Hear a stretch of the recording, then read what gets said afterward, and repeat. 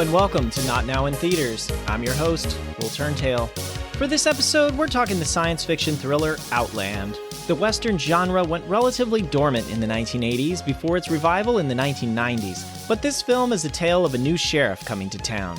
Just that town is way the hell out in space. A quick disclaimer before we begin. This review's factual information was gathered through online sources, like Wikipedia, IMDb, or interviews. Misrepresentations and errors are possible, but unintentional. Also, making movies is hard. This is a fan's blog, so any criticisms are meant to be constructive. Reference photos linked in the transcript are copyrighted by the Internet Movie Database. Alright, with that taken care of, let's go to the show. Outland 1981 review. Sean Connery's accent kicks ass in the future, Western style. I've seen the poster for Outland many times. It's got Sean Connery front and center, giving me the eyes with a shotgun in hand and ready for action. Old Sean would pique my interest. It was as if I could hear him saying in his Scottish accent, "Go on, Sean, give me a watch." But it was never quite enough to pull me in. And Outland was not a particular smash on its release in 1981, basically making back its $18 million budget at the box office. But you'll find it on a few underrated film lists online, and after years of overlooking it, I decided to cave in and check it out.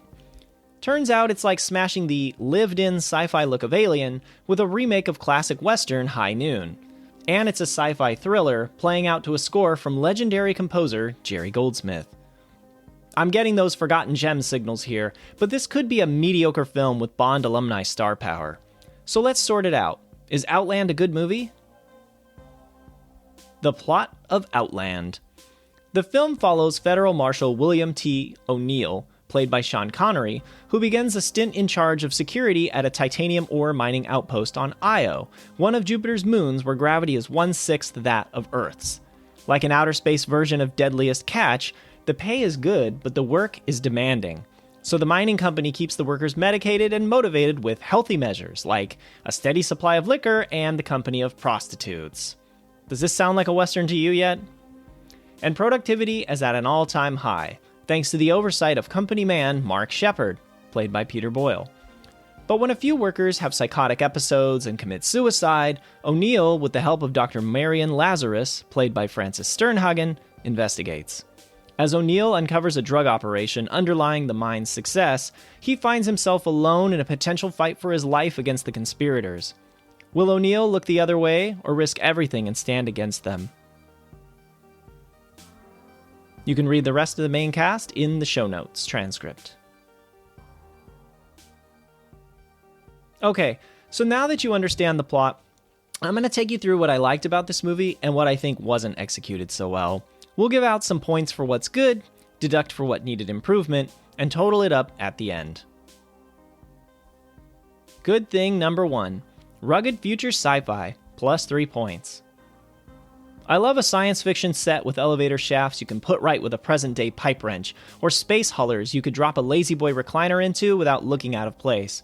And much like Alien, the production of Outland transports us to a future that didn't call 1-800-JUNK before leaving Earth. This oily, greasy mining operation is like a steel mill of the future with spacesuits. Workers are packed efficiently into little living units, and the corridors are long and foreboding. And the higher tech, such as space shuttles or communications equipment that can cover thousands of space miles, serve the plot rather than twinkles to add little gloss. The rust and gunk, grounded approach to the production fits the story. But it also helps the audience, as we're not distracted by so much flashing tech that we struggle to take it all in. The fact that Connery's primary weapon is still a shotgun is a bit perplexing, but you could argue it calls back to westerns that way. And hey, it worked for Hicks and Aliens, right?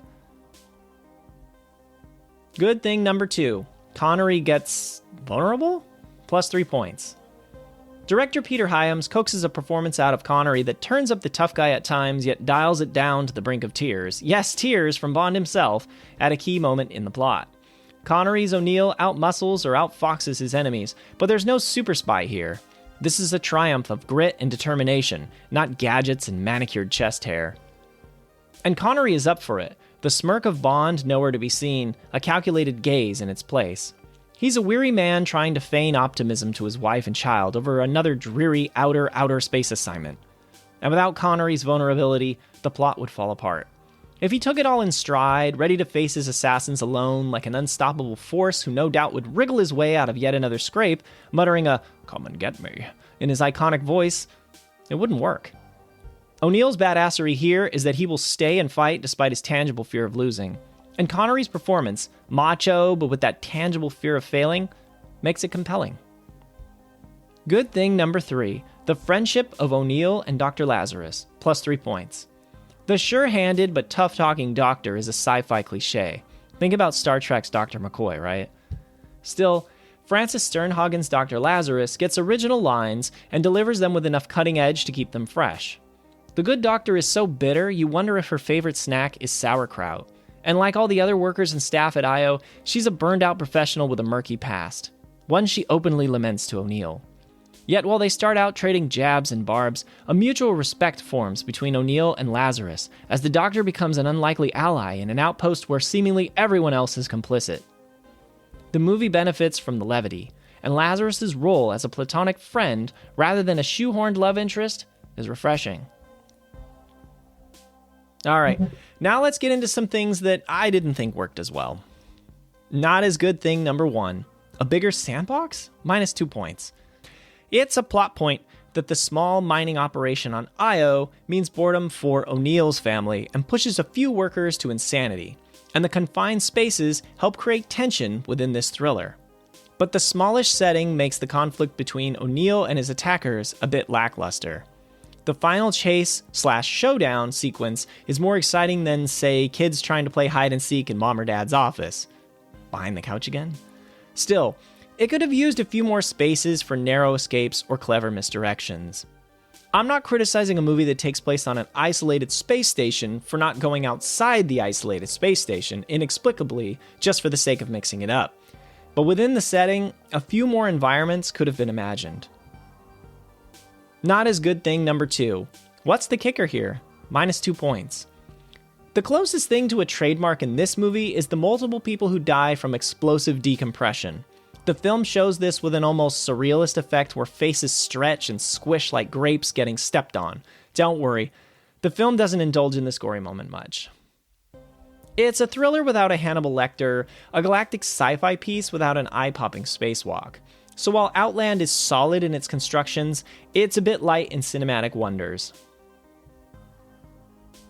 Alright, so Outland nabs a 5 on my total arbitrary points score. On my scale of let's not watch this, should I watch this, or go watch this, I'm going to assign it my should I watch rating. If you've yet to see Outland, I'd recommend it for fans of sci-fi thrillers, especially those who enjoy Aliens aesthetics. It's a capable slow burner, building up enough tension and sympathy for O'Neill's plight before the countdown to a showdown that makes up the third act. But it only met my moderate expectations, with Connery and Sternhagen's performances keeping this movie afloat rather than enhancing a true classic. So put it on your watch list, but not right at the top, more like the middle. Thank you so much for listening to my thoughts on Outland, directed by Peter Hyams. You can watch the trailer with a link in the transcript thanks to Rotten Tomatoes Classic Trailers. If you like this episode, please leave us a review on your favorite podcast platform. They really go a long way for channels like ours. If you've got a comment or a question, you can find me at willturntail.com or search for Not Now in Theaters at our Instagram, Facebook, or Blue Sky pages. This podcast episode is a production copyright of Overegg Media, LLC, located in Sacramento, California. Introduction music, Neon Laser Horizon by Kevin MacLeod of Incompetech.com. Licensed under Creative Commons by Attribution 4.0 license. Exit music, Canon in D for 8-bit synths by Kevin MacLeod of Incompetech.com. Licensed under Creative Commons by Attribution 4.0 license. Additional music, Galactic Rap by Kevin MacLeod of Incompetech.com. Licensed under Creative Commons by Attribution 4.0 license. Goodbye for now.